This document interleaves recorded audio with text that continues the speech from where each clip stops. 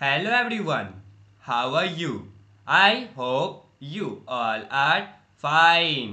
आज हम लोग national institute of open schooling का सेकेंडरी कोर्स साइकोलॉजी का module 2 basic psychological processes lesson 6 memory पढ़ने जा रहे हैं। तो चलिए शुरू करते हैं। Hello dear learners, today we are going to study lesson 6 which is memory. So let's begin. If you are asked to tell the name of your favorite actor, actress or singer, it won't take more than a second to come out with the answer. In the same way, we all remember our childhood friends, interesting incidents relating to them, our family members, relatives and so many other things. Have you ever wondered how we remember all these things and do not forget them over long periods? All this is possible because of memory. The human memory has immense potential. You must be knowing that before the Vedas were scripted, the oral tradition existed, which means that the immense wealth of knowledge was passed on from one generation to another by the oral tradition. This was totally dependent on our memory. Memory is crucial in our life because it helps building bridges in the flow of experiences and allows us to have a sense of continuity. In this lesson, we will study about this dynamic system which we call memory.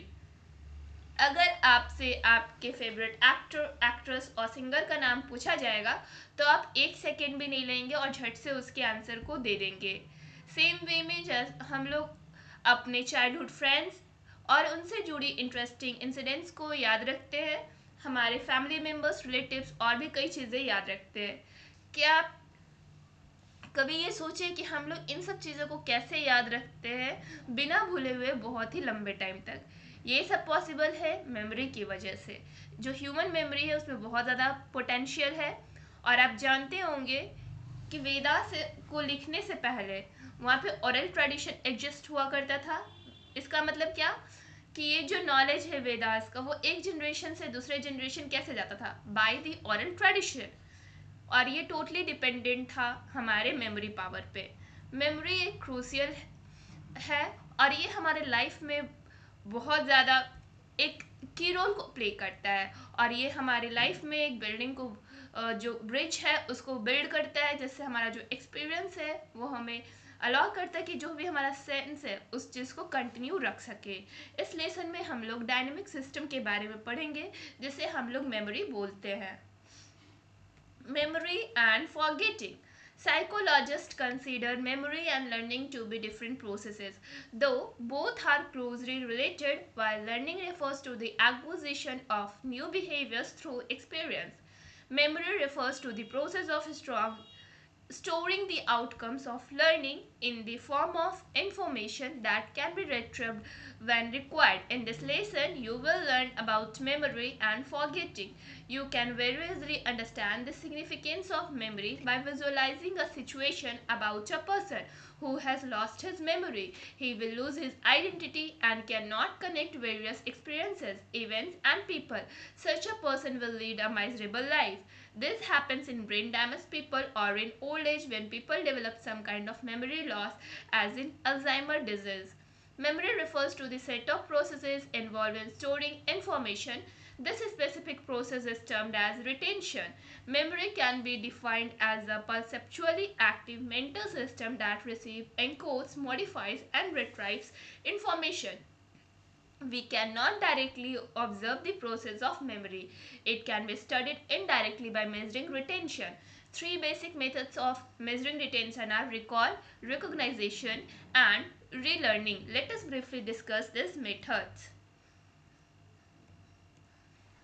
Psychologist memory को कैसे consider करते हैं कि एक learning का different process है, जिससे जो लर्निंग है और जो मेमोरी है वो एक दूसरे से क्लोज रिलेटेड है। जब हम लोग लर्निंग को रेफर करते हैं एक्विजिशन ऑफ न्यू बिहेवियर से, मीन्स जब आप न्यू बिहेव करते हो, इट मीन्स आप एक्सपीरियंस के through, that is known as learning. और मेमोरी एक ऐसा प्रोसेस है जो भी लर्निंग के बाद आउटकम्स आते हैं वो आपके दिमाग में स्टोर हो जाते हैं एक इंफॉर्मेशन के तौर पे। इस लेसन में आप लोग मेमोरी और फॉरगेटिंग के बारे में पढ़ोगे। आप इजीली समझ गए होंगे कि ये जो सिग्निफिकेंस है मेमोरी का, उसको विजुअलाइज कैसे कर सकते हैं एक सिचुएशन में। जब कोई भी पर्सन है उसने अपने मेमोरी को लॉस्ट कर दिया, मीन्स एक ऐसा व्यक्ति जो अपने मेमोरीज को भूल गया है, वो अपने आइडेंटिटी को भूल गया हो, और वो उसका जो भी various experiences related to events और पीपल वो सब खो चुका हो।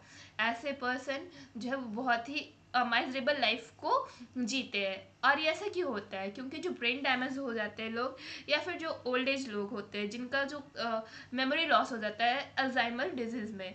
मेमोरी रिफर्स किसको करते हैं? एक सेट ऑफ प्रोसेस जिसमें इंफॉर्मेशन को स्टोर किया जाता है, और ये जो स्पेसिफिक प्रोसेस है उसको रिटेंशन बोला जाता है। मेमोरी को डिफाइन कैसे कर सकते हैं हम लोग? एक एक्टिव मेंटल सिस्टम जो कि रिसीव, एनकोड, मॉडिफाइज एंड रिटाइज करता है इन्फॉर्मेशन को। हम लोग डायरेक्टली मेमोरी के प्रोसेस को ऑब्जर्व नहीं कर सकते। इसको हम लोग कैसे स्टडी कर सकते हैं? इनडायरेक्टली बाय में रिटेंशन को मेजर करके। और ये जो 3 बेसिक मेथड्स है हमारे पास रिटेंशन को मेजर करने के लिए, and that are recall, recognisation and relearning. चलिए हम लोग इस मेथड्स के बारे में थोड़ा सा ब्रीफली स्टडी करते हैं। Measuring retention, recognisation, recall and relearning. When you are not able to remember someone's name but you know that you have seen her face before, this is the process of recognition. In this process you are checking the stimulus face with your memory content to find a match. In the same manner, when one tries to remember a name without a face in front, it is called recall. Recall is a process of using a general stimulus and finding the information about it from memory. When you are given a question in an exam, you use the process of recall. When you answer multiple choice items, you are asked to match the information with the provided pieces of information. You have to identify and match it with the information which is already stored in your memory. Recognition is easier than recall. Relearning is the method of learning the material another time. It usually takes less time than original learning. जब आप able नहीं होते हैं किसी के name को याद करने में, तो आप क्या करते हैं? आपको लगता है कि वो जो बंदा है सामने, आपने उससे देखा है, आपका जो उसका जो फेस है आपने उसको कहीं देखा है, लेकिन आपको वो याद नहीं है। And this process is known as recognisation. इस प्रोसेस में आप जो स्टिमुलस है, फेस है, उसको आप मेमोरी के साथ मैच करने की कोशिश करते हैं, और सेम मैनर में जो कोई रिमेंबर करता है किसी के नेम को विदाउट फेस फ्रंट में दिए हुए, तो इसको हम लोग बोलेंगे रिकॉल। रिकॉल एक ऐसा प्रोसेस है जिसमें जनरल स्टिमुलस को यूज़ करके इंफॉर्मेशन को फाइंड किया जाता है हमारे मेमोरी में से।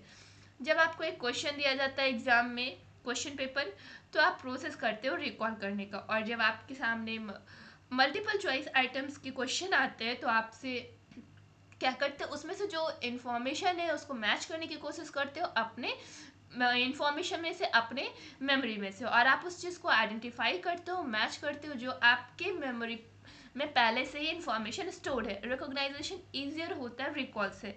रीलर्निंग एक ऐसा मेथड है जो कि आप किसी मटेरियल को दूसरे टाइम लर्न कर रहे होते हैं, और ये थोड़ा कम टाइम लेता है ओरिजिनल लर्निंग के प्रोसेस से। वेल, चैप्टर अभी कंप्लीट नहीं हुआ है। नेक्स्ट वीडियो में नेक्स्ट टॉपिक कवर होगा। That's all for today. Thank you everyone.